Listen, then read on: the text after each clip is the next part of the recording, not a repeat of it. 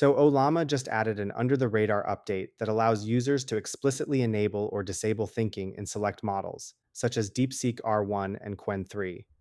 This gives builders more granular control over whether chain of thought thinking is necessary for a particular use case. Also, by turning off thinking, you can run reasoning models such as DeepSeek R1 at a much quicker speed.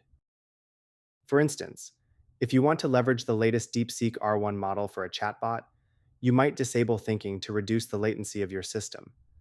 But if you're building an agentic system that relies on deep thought, then you probably want to keep thinking on. This new feature also allows you to suppress the output of model thinking when thinking is enabled, which effectively prevents system instructions from leaking into the AI model's response.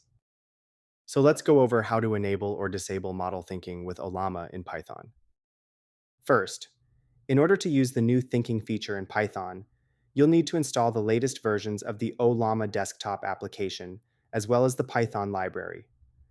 You can install the latest version of Ollama by going to ollama.com and clicking download.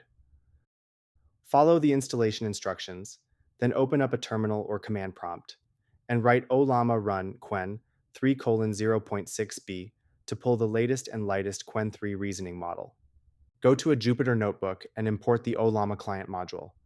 Then set a question to ask the Qwen 3 model. Here I'm going to ask whether the Earth is a planet, and further request a yes or no output.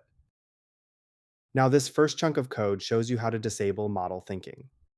You set up the client.chat function as you would in any other circumstance, setting the model and the prompt message. But you now also add a think equals false argument. You can then access the model response through the nested dictionaries in the response object. First message, then content.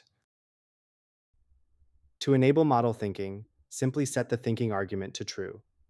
The response will now include a thinking field which you can directly access. Thanks for watching, and make sure to like, comment, and subscribe to the Deep Charts channel for more videos on the latest AI tools and methods.